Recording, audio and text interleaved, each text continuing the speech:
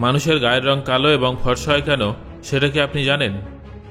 এমন একটা ব্যাঙ আছে যে সবসময় দুঃখে থাকে, কিন্তু এমনটা কেন? বন্ধুরা, আপনারা কি এটা জানেন যে সেই হিমশৈলটা খুঁজে পাওয়া গেছে যার সঙ্গে টাইটানিক জাহাজের ধাক্কা লেগেছিল? বেশিরভাগ সার্কিট বোর্ডের কালার সবুজ হয় কেন এটা কি জানেন? এমনই সব ইন্টারেস্টিং ফ্যাক্ট জানার জন্য আজকের এই ভিডিওটা শেষ পর্যন্ত অবশ্যই দেখুন। নাম্বার 1, বলা হয় যে এটাই সেই হিমশৈল যেটার সাথে সংঘর্ষের ফলে টাইটানিক ডুবে গিয়েছিল। আসলে এই ছবিটা 1912 সালে ডাব্লু উড তুলেছিলেন। ডাব্লু উড অন্য একটা জাহাজের ক্যাপ্টেন ছিলেন, যেটা টাইটানিকের 40 ঘন্টা পরে সাইটে পৌঁছেছিল, এবং এই ছবিটা তখনই তোলা হয়েছিল। এই হিমশৈলটা আটলান্টিক মহাসাগরে অবস্থিত, যার গায়ে লাল এবং কালো রঙের রং আছে। নাম্বার 2, বন্ধুরা, আপনারা যদি প্লেন লাভার হয়ে থাকেন তাহলে আপনারা এটা তো নিশ্চয়ই দেখেছেন যে কিছু প্লেনের ইঞ্জিন সাইডে এবং কিছু প্লেনের ইঞ্জিন পিছনের দিকে থাকে। আপনারা জানেন কি আলাদা আলাদা ইঞ্জিন বসানোর একটা আলাদা আলাদা উদ্দেশ্য আছে? মূলত কমার্শিয়াল প্লেনের ইঞ্জিন উইংসের নিচে বসানো হয়। এর কারণ হলো পাশে থাকা ইঞ্জিন মেরামত এবং রিপ্লেস করতে খুব সহজ হয়। এছাড়া এই প্লেসমেন্ট বিমানটাকে উঠতেও সাহায্য করে। এই উইংসযুক্ত ইঞ্জিন প্লেনটাকে হরাইজন্টাল স্টেবিলিটি প্রদান করে, যার কারণে প্লেনটা স্টেবল হয়ে সহজে উঠতে পারে। বন্ধুরা, অন্যদিকে রিয়ার মাউন্টেড ইঞ্জিনও কিছু আলাদা বৈশিষ্ট্যের জন্য ব্যবহার করা হয়ে থাকে। মানে যখন ইঞ্জিন ফেল হয়ে যায় তখন পিছনে মাউন্ট করা ইঞ্জিনটা বিমানকে কাত হওয়ার হাত থেকে আটকায়। এছাড়া যে প্লেনগুলোর ইঞ্জিন পিছনে মাউন্ট করা থাকে সেই প্লেনগুলো অন্য প্লেনগুলোর তুলনায় ছোট রানওয়েতেও ল্যান্ড করতে পারে। নাম্বার 3, বন্ধুরা, ধরুন আপনি একটা সাইকেল অর্ডার করেছেন এবং তার পরিবর্তে আপনার কাছে একটা টিভি এসে গেছে, কিন্তু তারপর আপনি জানতে পারলেন যে এটা একটা টিভির বক্স এবং সেই সাইকেলটা এই বক্সের ভিতরে আছে। আপনারা ঠিকই শুনেছেন, এমনই একটা ডাচ শিপিং কোম্পানি এই ধরনের পদক্ষেপ নিয়েছিল। আসলে তারা যতগুলো সাইকেল শিপ করত সেগুলো অ্যাড্রেসে পৌঁছানোর আগেই ড্যামেজ হয়ে যেত। তাই তারা এটা মোকাবেলা করার জন্য খালি টিভির বক্সে সাইকেল স্থানান্তর করতে শুরু করে।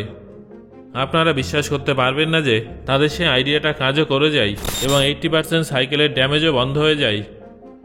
নাম্বার 4, জাপানে এমন একটা রেলওয়ে স্টেশন আছে যেখানে প্রবেশ করার বা বাইরে বেরোনোর কোনো পথ নেই। এটা এমন একটা জায়গা যেখানে আপনি যদি একবার নেমে যান তাহলে সেখান থেকে কোথাও যাওয়ার আর কোনো পথ নেই। পরবর্তী ট্রেন না আসা পর্যন্ত আপনাকে সেখানে অপেক্ষা করতে হবে। কিন্তু প্রশ্ন হলো, এমন স্টেশন তৈরি লাভ কি? আসলে স্টেশনটা তৈরি করার একমাত্র উদ্দেশ্য হলো সেখানকার মানুষদের মনে করিয়ে দেয়া যে জীবনে থামাটাও জরুরি এবং এর সাথে সবকিছু ভুলে প্রকৃতিকে উপভোগ করাটাও জরুরি। এই ফ্যাক্টটা যদি আপনাদের ভালো লাগে তাহলে অবশ্যই একটা লাইক করবেন। নাম্বার 5, বন্ধুরা, আপনার ছোটবেলার ইঞ্জিনিয়ারিং স্মৃতিকে তাজা করে চলুন এমন একটা ইন্টারেস্টিং ফ্যাক্ট সম্পর্কে জেনে নেওয়া যাক যার সম্পর্কে আপনি খুব কমই ভেবেছিলেন। এবং আপনি যদি ভেবেও থাকেন তবে আপনি হয়তো গুগল সার্চ করতে ভুলে গেছেন। আপনাদের বাড়িতে কখনো না কখনো ওয়াশিং মেশিন, সিপিইউ এবং মোবাইলের পার্টস খুলতে তো অবশ্যই দেখেছেন। কিন্তু আপনারা কি জানেন এই সমস্ত ইলেকট্রনিক্সের মধ্যে সবচেয়ে কমন জিনিস হলো এই সবুজ কালারের সার্কিট বোর্ড।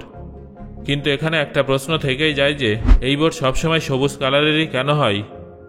বন্ধুরা, এখানে আপনাদের একটা বিষয় জেনে রাখা উচিত যে এই সার্কিট বোর্ড সব রকম কালারেরই হয়ে থাকে। মানে লাল এবং নীল কালারেরও সার্কিট বোর্ড অ্যাভেলেবেল ভাবে দেখতে পারবেন আপনারা। কিন্তু বেশিরভাগ কোম্পানি সবসময় সবুজ রঙের বোর্ড কেন ব্যবহার করে, এমনকি সম্পর্ক আছে এই সার্কিট বোর্ড আর সবুজ কালারের মধ্যে? আসলে এই সবুজ কালারটা সার্কিটের রেজিনের জন্য তৈরি করা হয়, যাকে সোল্ডার মাস্কও বলা হয়, এবং এটা সোল্ডারকে মরিচা থেকে রক্ষা করতে ব্যবহৃত হয়। সার্কিট বোর্ডের সবুজ রঙের কারণে দৃশ্যমানতা বৃদ্ধি পায়। এর মানে আমরা সহজে এটিতে ছোট চিপগুলো দেখতে পারি। নাম্বার 6, আচ্ছা বন্ধুরা, আপনারা কত ধরনের আপেল খেয়েছেন? 1, 2 বা 3? তবে আমি আপনাদের জানিয়ে রাখি যে পৃথিবীতে এত ধরনের আপেল আছে যে আপনি যদি দিনে একটা করে আপেল খান তাহলে আপনার 20 বছর সময় লেগে যাবে এই সমস্ত আপেল পরীক্ষা করার জন্য। ভারতে 20টা প্রজাতির ভিন্ন ভিন্ন ধরনের আপেলের চাষ করা হয়। পৃথিবীতে সবথেকে বেশি আপেল চীনে পাওয়া যায় এবং ভারত এই তালিকায় 5ম স্থানে আছে। নাম্বার 7, ছোটবেলা থেকে আমাদের শেখানো হয় যে আমরা অন্যদের সাথে যেমন ব্যবহার করব তারা আমাদের সাথে তেমনই আচরণ করবে।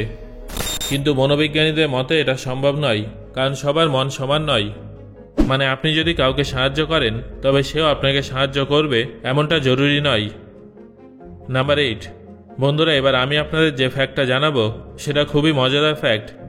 কেউ যদি রাগ করে আপনাকে কিছু বলে তাহলে তার কথাগুলো মনে রাখবেন, কারণ যখন কেউ রেগে যায় তখন সে সত্যি কথা বলে। অর্থাৎ রেগে গিয়ে কেউ যদি আপনাকে কোনো কিছু বলে তাহলে তার সেই কথাগুলো আপনি অবশ্যই মনে রাখবেন, কারণ তখন সে যা কথা বলবে সেগুলো সবই সত্যি কথা। নাম্বার 9, আফ্রিকায় এক বিশেষ ধরনের ব্যাঙ আছে যাদেরকে আফ্রিকান রেড ফ্রগ বলা হয়। এই ব্যাঙের বিশেষত্ব হলো এরা সবসময় দুঃখী থাকে, অথবা বলা যায় যে তাদের চেহারা এমন যা দেখে মনে হয় তারা সবসময় দুঃখী। সত্যি ব্যাঙটাকে দেখতে কি অদ্ভুত, তাই না? নাম্বার 10, হর্সশু ক্র্যাব, যাদের শরীর ঘোড়ার খুরের মতো হয়ে থাকে। এই কাঁকড়াগুলোর গুরুত্ব অতটা নেই যতটা তাদের রক্তের গুরুত্ব আছে। এদের রক্ত হালকা নীল রঙের হয়ে থাকে, যার দাম প্রতি গ্যালন প্রায় 44 লক্ষ টাকা। আসলে এদের রক্তে এক ধরনের ব্যাকটেরিয়া আছে যার সাহায্যে ওষুধ বা ওষুধের বিষাক্ততা শনাক্ত করা হয়, মানে তারা তাদের রক্ত ঝরিয়ে আমাদেরকে বিষ থেকে বাঁচায়। নাম্বার 11, এই অবিশ্বাস্য বিস্ময়কর ছবিটা একবার দেখুন। এই ছবিটার মধ্যে একটা পাখি একটা হাঙরকে ধরে আছে, আর সে হাঙরটা একটা ছোট মাছ ধরে আছে। তাহলে আপনি নিশ্চয়ই বুঝতে পারছেন যে এই ছবিটা কতটা পারফেক্ট সময়ে ক্লিক করা হয়েছিল। নাম্বার 12, চাঁদ হলো পৃথিবীর একমাত্র প্রাকৃতিক উপগ্রহ যা খুবই ঠান্ডা। কিন্তু আপনি কি জানেন যে চাঁদেও একসময় আগ্নেয়গিরির উপস্থিতি ছিল? আপনারা জানলে অবাক হয়ে যাবেন যে আজ থেকে প্রায় 2 বিলিয়ন বছর আগে চাঁদে প্রথম আগ্নেয়গিরির অগ্নুৎপাত হয়েছিল, কিন্তু সেখানে এখন আর কোনো সক্রিয় আগ্নেয়গিরি নেই। বিভিন্ন বিজ্ঞানী এবং গবেষকদের মতে সেই সময় চাঁদে প্রাণের অস্তিত্ব ছিল, যদিও এর কোনো প্রমাণ এখনও পাওয়া যায়নি। নাম্বার 13, আমেরিকার একটা রেস্টুরেন্টের মালিক বলেন যে ভোর 4টের সময় তার রেস্টুরেন্টে একজন চুরি করতে ঢুকেছিল, কিন্তু তিনি তাকে পুলিশের হাতে তুলে দেওয়ার পরিবর্তে তার রেস্টুরেন্টে তাকে চাকরি করার ব্যবস্থা করে দিয়েছিলেন, যাতে সে তার পরিবারকে খাওয়াতে পারে। বন্ধুরা, সত্যি পৃথিবীতে খুব কম মানুষ এমনই আছেন যারা এমন সময় এমন নম্র পদক্ষেপ নেয়। এতে চোর ও তার পরিবার উভয়েরই জীবন ধ্বংস হওয়ার হাত থেকে রক্ষা পেয়ে গেল। নাম্বার 14, বন্ধুরা, এখন আমি আপনাদের যে ফ্যাক্টটা জানাতে চলেছি সেই ফ্যাক্টটা খুবই গুরুত্বপূর্ণ হতে চলেছে, কারণ এই ফ্যাক্টটার মাধ্যমে আপনারা প্রাণীদের সহনশীলতা সম্পর্কে জানতে পারবেন। তাই ভিডিওটা মনোযোগ সহকারে শেষ পর্যন্ত অবশ্যই দেখতে থাকুন। বন্ধুরা, এই ছবিটা একবার দেখুন। এগুলো হলো নেকড়ের দাঁত, এবং এখানে আপনি দেখতে পাচ্ছেন যে এই নেকড়েটা মারা যাওয়ার অনেক বছর আগে একটা গাছের ডাল তার দাঁতের মধ্যে আটকে আছে। সত্যি এটা দেখে বোঝাই যাচ্ছে না যে প্রাণীরা কতটা সহনশীল হয়। নাম্বার 15, আফ্রিকার মানুষ কালো আর ইউরোপের মানুষ ফর্সা, আফগানিস্তানের মানুষ ফর্সা আর ভারতের মানুষ শ্যামলা। আচ্ছা বন্ধুরা, সৃষ্টিকর্তা আমাদের সৃষ্টি করার সময় বৈষম্যভাবে সৃষ্টি করেছেন কেন? এটা নিয়ে আপনারা হয়তো অনেকবার ভেবে দেখেছেন কি, তাই তো? কিন্তু বন্ধুরা, এমন ভাবনাটা সম্পূর্ণ ভুল, কারণ সৃষ্টিকর্তা আমাদের কাউকে আলাদাভাবে সৃষ্টি করেননি, সবাইকে সমানভাবে সৃষ্টি করেছেন। আসলে আমরা যে জায়গায় থাকি সেই জায়গার আবহাওয়া অনুযায়ী আমাদের গায়ের রং ভিন্ন ভিন্ন হয়ে থাকে।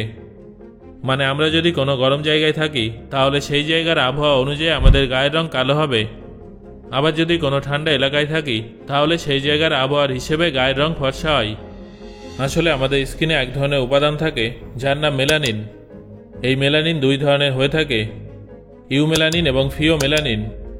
ইউমেলানিন আমাদের কালো, বাদামি এবং শ্যামবর্ণ দিয়ে থাকে, আর ফিওমেলানিন ফর্সা। এর মানে যারা গরম জায়গায় থাকে তাদের স্কিনে ইউমেলানিনের মাত্রা বেশি হয়ে থাকে, আর যারা ঠান্ডা জায়গায় থাকে তাদের ফিওমেলানিন বেশি থাকে। আশা করি এই ফ্যাক্টটা জানার পর আপনার গায়ের রং নিয়ে আর কোনো কমপ্লেন থাকবে না। সো বন্ধুরা, আজকের ভিডিওটা আপনার কেমন লাগলো এবং এই ফ্যাক্টগুলোর মধ্যে কোনটা সম্পর্কে জেনে আপনি সবথেকে বেশি অবাক হয়েছেন সেটা অবশ্যই আমাকে কমেন্ট করে জানাবেন। ধন্যবাদ।